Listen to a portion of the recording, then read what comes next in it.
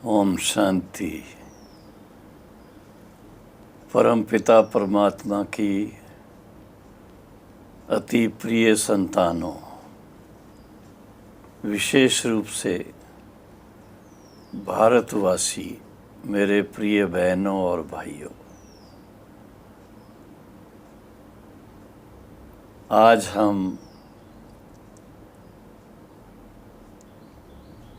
भारत की स्वतंत्रता का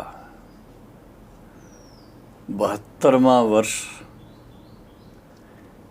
या यूं कहें कि 72वीं वर्षगांठ मना रहे हैं। उसके लिए आप सबको बहुत प्यार भरी दिल से बधाई हो, बधाई हो। 72 वर्ष में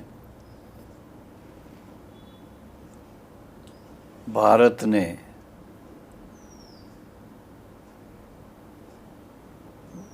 बहुत सारी बातें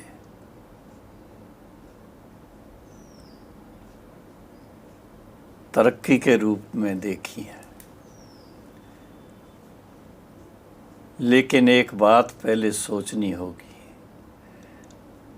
कि भारत आज़ाद होने के लिए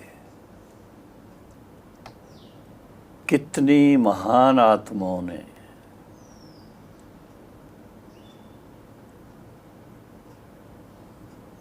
तपस्या की, जेल गए, यातनाएं सहन की, लेकिन वो आज़ादी के जो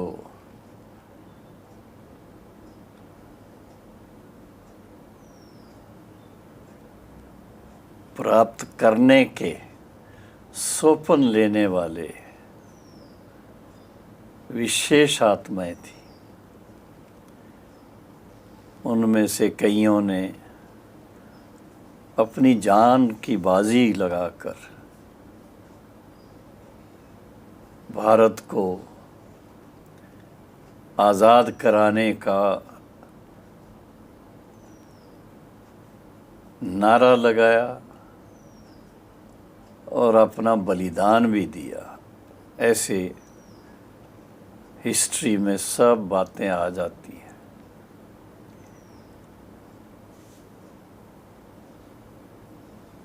पंद्रह अगस्त 1947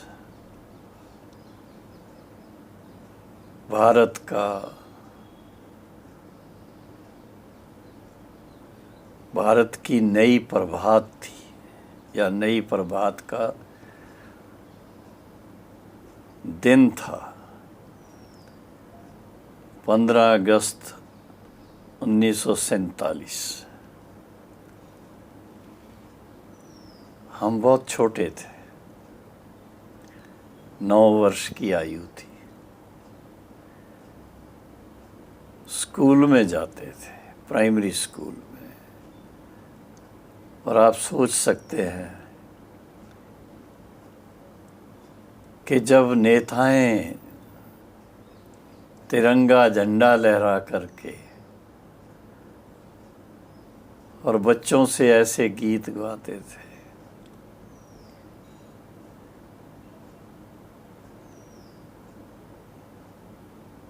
तिरंगा झंडा ऊंचा रहेगा, सदा लहराता रहेगा, और तिरंगे के कई उस समय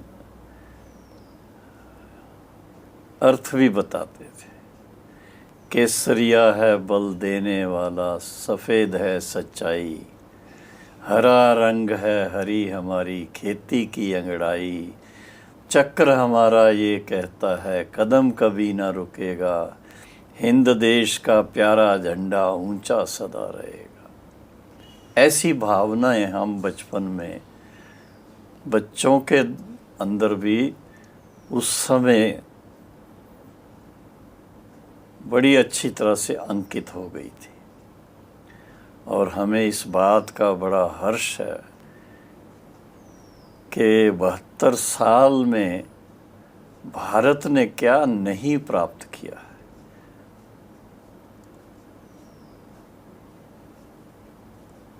आज भारत बड़ी शक्तियों में से एक शक्तिशाली देश माना जाता है।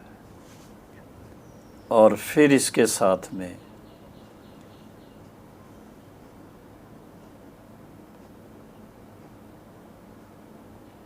हर फील्ड के अंदर इकोनॉमिकली, टेक्निकली, साइंटिफिकली और फिर यूं कहें कि आज अंतरिक्ष में भी जिस तरह से भारत अपना स्वरूप दिखा रहा है,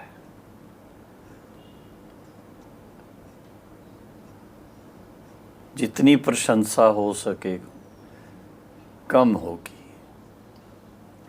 जो भी उसके लिए निमित्त बनते हैं उनको नाज है इस बात का कि हम भारत का नाम रोशन कर रहे हैं।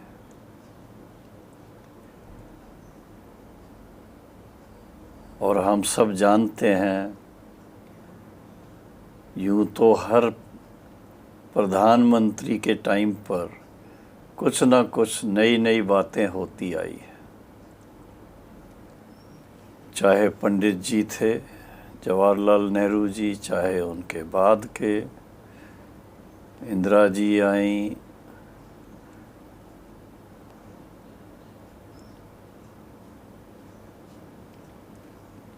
बहुत सारे नेताएं आए। बहुतों ने भारत को यूं कहें कि मजबूत बनाने के लिए अपना अपना योगदान दिया। और इस समय विशेष रूप से हम देख रहे हैं कि हमारे प्रधानमंत्री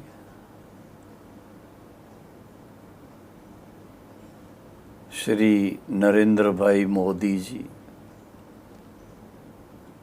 और उनके साथ में उनकी सारी टीम जो है, उन्होंने भारत को एक नई ऊंचाइयों पर ले जाने का स्वप्न देखा है। और स्वप्न ही नहीं, स्वप्न को साकार कर रहे हैं, प्रैक्टिकल में उसको ला रहे हैं। और उसके फलस्वरूप यूं ही कहेंगे कि हम सब भारतवासी आगे बढ़ रहे हैं।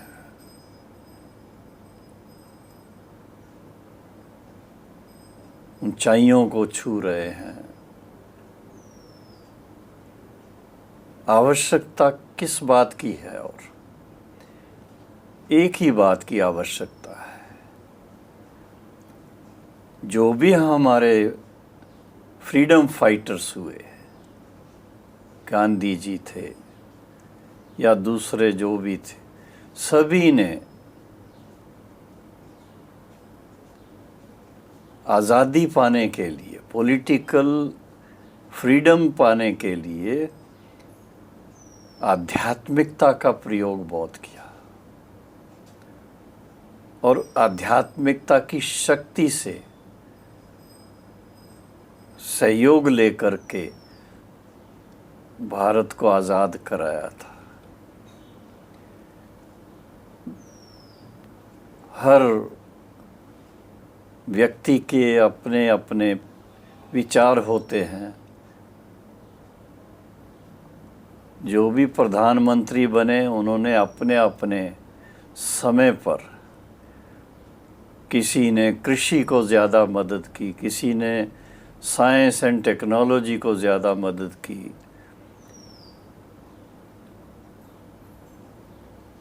और जैसे राजीव जी ने कंप्यूटर एज भारत में ला दी, इसी तरह से अब इस समय जो माहौल है आप देख रहे हो, उसमें कुछ बातें ऐसी हो रही हैं कि चलते चलते भारतवासी, कुछ विशेष आत्माएं रास्ता भूल गए, लालच में आ गए, पैसे इकट्ठे करने में अपने नियम और मर्यादाओं का ध्यान नहीं रहा। तो भारत को जैसे हम मिलिट्री के हिसाब से मजबूत,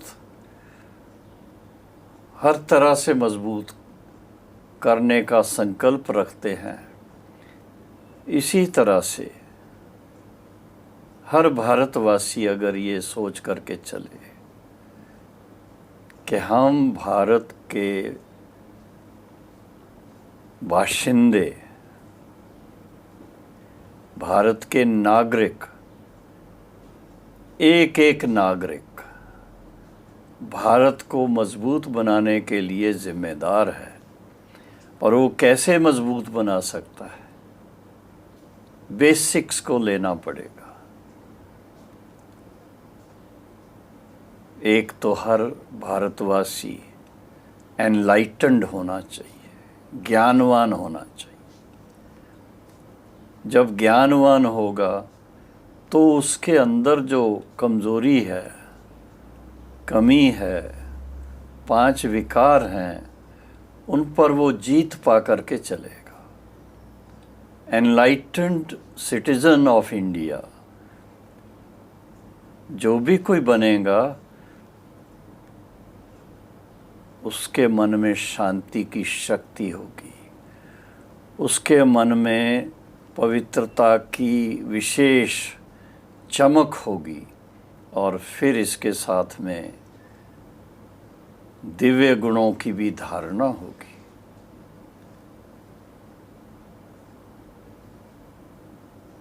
सहजता से एक दो के सहयोगी बनेंगे, एक दो के सहयोगी बन करके, हाथ में हाथ ले करके भारत को बहुत ऊंचाइयों पर ले जा सकते हैं। अगर हम इस बात का संकल्प ले लें कि हम ना दुख देंगे ना दुख लेंगे, ये विचार, ये संकल्प अगर दिल में पक्का कर लें, तो आज जो शरेआम जुर्म हो रहे हैं, चाहे वो महिलाओं के प्रति है, चाहे बच्चों के प्रति हैं, चाहे धन के लालच के कारण बड़ों के प्रति भी हैं, तो आप सोचिए वो सब बंद हो सकते हैं। ईश्वरीय ज्ञान की थोड़ी सी झलक हर एक को मिलनी चाहिए। भारत वास्तव में मशहूर है सत्य ज्ञान प्राप्त करने के लिए, आध्यात्मिक ज्ञान प्राप्त करने के लिए, योग का प्रयोग करने के लिए, योग की शक्ति का प्रयोग करने के लिए, योग का अभ्यास करने के लिए। अगर उसका हम थोड़ा सा विशेष ध्यान दें, जिस तरह से प्रधानमंत्री ने यूएन के अंदर वर्ष में 1 दिन योग दिवस मनाने का शुरू करवाया, ये बहुत बड़ी बात है। सारे विश्व को जागृत कर दिया। विश्व के लोग आज भारत को फिर से उसी नज़र से देखने लगे हैं कि अगर ज्ञान सुन जानना है, अगर योग की गहराइयों में जाना है, उसकी स्पष्टता को जानना है, तो भारत में जाना पड़ेगा। तो हम भारतवासियों को इस बात का बड़ा गौरव होना चाहिए कि अगर सारे विश्व में शांति लानी है, और लानी भी चाहिए, सारे विश्व में शांति का आधार होगा हर एक मानव के जीवन में दिव्यता हो, पवित्रता हो, निर्विकारता हो। निर्विकारी जीवन ही शांत में रह सकता है, निर्विकारी जीवन ही सबसे सुखी रह सकता है। और निर्विकारी बनने के लिए सहज राज योग की शक्ति की भी ज़रूरत है। परमात्मा के साथ मन लगाना।